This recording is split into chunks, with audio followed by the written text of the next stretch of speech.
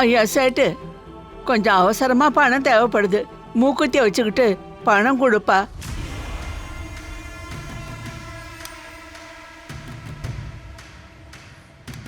இதுக்கெல்லாம் பணம் கிடையாது. இதுக்கெல்லாம் பணம் தர முடியாது. மூக்குத்திக்கெல்லாம் பணம் தர முடியாது. என்ன ஐயா இப்படி சொல்லிட்ட? மேலுக்கு முடியல, டாக்டராண்டா போகணும். காசு இல்லைப்பா, அதனால தான் கேட்குறேன். இதை வச்சுக்கிட்டு எவ்வளோ கொடுக்குறியோ கொடு. நான் அதிகமாக எல்லாம் கேட்கலையா. அம்மா சொன்னா கேட்க மாட்டியா? மூக்குத்திக்கெல்லாம் பணம் தர மாட்டாங்கன்னு சொல்றேன்ல, எடுத்துட்டு போமா. என்ன ஐயா இப்படி நடந்துக்கிற? 2 கிராம் மூக்குத்தியா, இதை எடுத்துக்கிட்டு பணம் குடியா. எடுத்துட்டு போறியா இல்லையா? ஏன்யா கத்துற?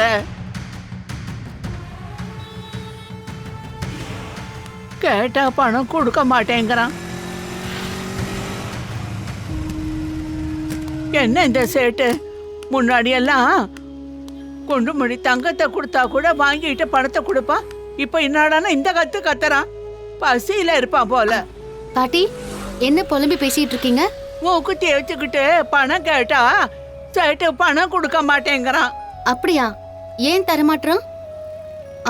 கொடுங்க, நாங்க வாங்கிட்டு வந்து கொடுக்குறோம். இந்த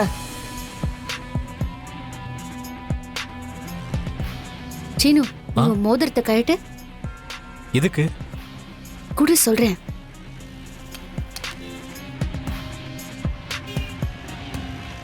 பாட்டி, நீங்க இங்கே இருங்க, நாங்க இப்ப வந்துடுறோம். வா. மாயா, என் ஃப்ரெண்டோட அப்பா கூட நகை கடை வச்சிருக்காரு.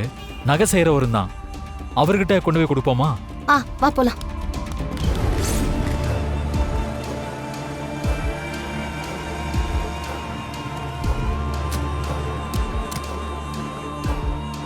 மாயா, இது என் ஃப்ரெண்டோட அப்பா கடை தான். தலைமுறை தலைமுறையா அவங்க இந்த தொழில் தான் பண்ணிட்டு இருக்காங்க. கண்டிப்பா அவரு கரெக்டா சொல்லிடுவாரு. சரி, வா.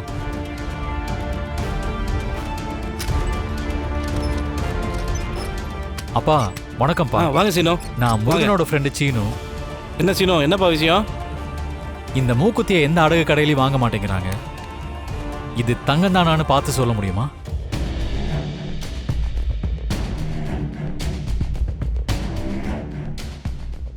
இருப்பா, உரைச்சி பார்த்துட்டு சொல்றேன்.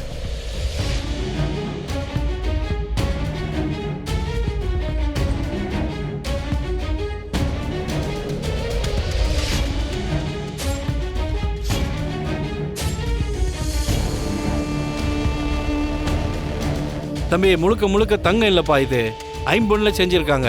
5 கூட 5 சம அளவில் இருக்கணும். தங்கத்தோட அளவை குறைச்சி பித்தளையோட அளவை அதிகப்படுத்திருக்காங்கப்பா. அதனால தான் எந்த அடகுகளையும் வாங்கல. அப்படியா? ஆனா பாக்குறதுக்கு தங்க மாதிரியே இருக்கு. இந்த பளபளப்பெல்லாம் 6 மாசம் தான்மா. அதுக்கப்புறம் தான் இது பொய்ன்னு தெரியும். ரொம்ப நன்றிங்கப்பா. அப்ப நான் கிளம்புறேன். சரிப்பா, வா. என்ன மச்சான், இவ என்ன பண்ணாலும் அடங்க மாட்டேங்கிறாளே. அவளுக்கு எதுக்கு மச்சான் இவ்வளவு பதவி உயரி? பதவிக்காக கிணத்து தண்ணியில பூச்சி மருந்து கலந்து ஊர் ஜனங்களை எல்லாம் கொல்ல பார்த்தவா அவ. இது என்ன, இதுவும் பண்ணுவா, இதுக்கு மேலையும் பண்ணுவா. என்னங்க இதெல்லாம்? பதவி ஆசை அவ கண்ணை மறைக்குதா? இந்த பதவிக்காக இவ்ளோ கீழ்த்தரமா இறங்கியிருக்காங்களே. அவ பதவிக்காக இதையெல்லாம் பண்ணல ஜானகி. அவளுக்கு உன்னை ஜெயிக்கணும். அது மூலமா என்ன ஜெயிக்கணும், என்ன அவமானப்படுத்தணும். இதுக்குதான் இப்படி எல்லாம் பண்றா. இப்ப என்னங்க பண்றது? இந்த வீடியோவை வீடு வீடா போய் எல்லா லேடிஸ்க்கும் காட்டுவோம். புவனேஸ்வரி எப்படிப்பட்டவன்னு எல்லாருக்கும் தெரிய வைப்போம். மச்சா, அதெல்லாம் வேண்டாம். நீங்க புவனேஸ்வரிய பத்தி எடுத்து சொல்லி புரிய வைக்கிற அளவுக்கு ஜனங்க ஒன்னும் முட்டாள் இல்ல. அவங்களுக்கு தெரியும் நாம இந்த ஜனங்களுக்கு எவ்வளவு நல்லது பண்ணிருக்கோம், இன்னும் எவ்வளவு நல்லது பண்ணுவோன்னு வாக்கு கொடுத்திருக்கோம்னு. நம்மளை பத்தி நம்ம ஜனங்களுக்கு நல்லாவே தெரியும். புவனேஸ்வரிய பத்தியும் அவ எப்படிப்பட்டவ, என்னென்ன வேலையெல்லாம் செய்வாங்கிறதும் அவங்களுக்கு சொல்லி தெரிய வைக்க தேவையில்லை. ஆனா மச்சா, இந்த மூக்குத்தியை வாங்கிட்டு சத்தியம் செஞ்சதுக்காக புவனாவுக்கு இவங்கெல்லாம் ஓட்டு போட்டுட்டாங்கன்னா என்ன மச்சா பண்றது? அதானே நான் சொல்றேன்.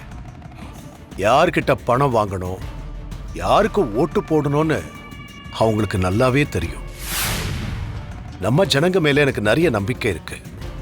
இந்த மாதிரி நேரத்துல இந்த வீடியோவை காமிச்சு அவங்கள தொந்தரவு பண்றது அவ்வளோ நல்லா இருக்காது. அவளோட சதி ஜெயிக்குதா இல்ல நம்மளோட நேர்மை ஜெயிக்குதான்னு பாத்துடலாம்.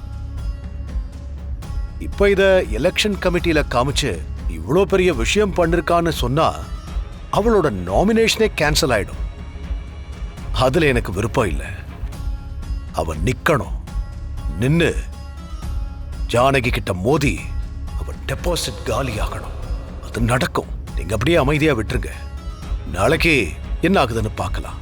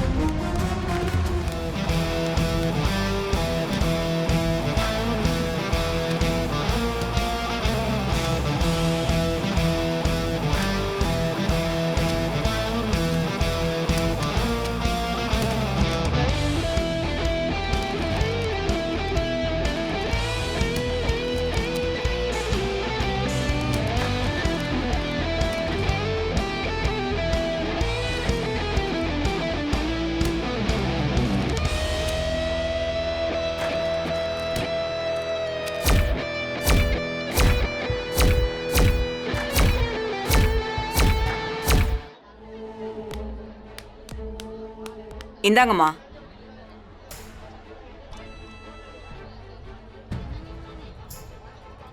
என்னம்மா இது?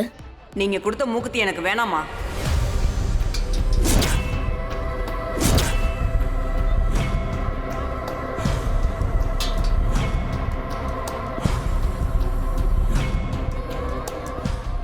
அண்ணே, என்னண்ணே இது?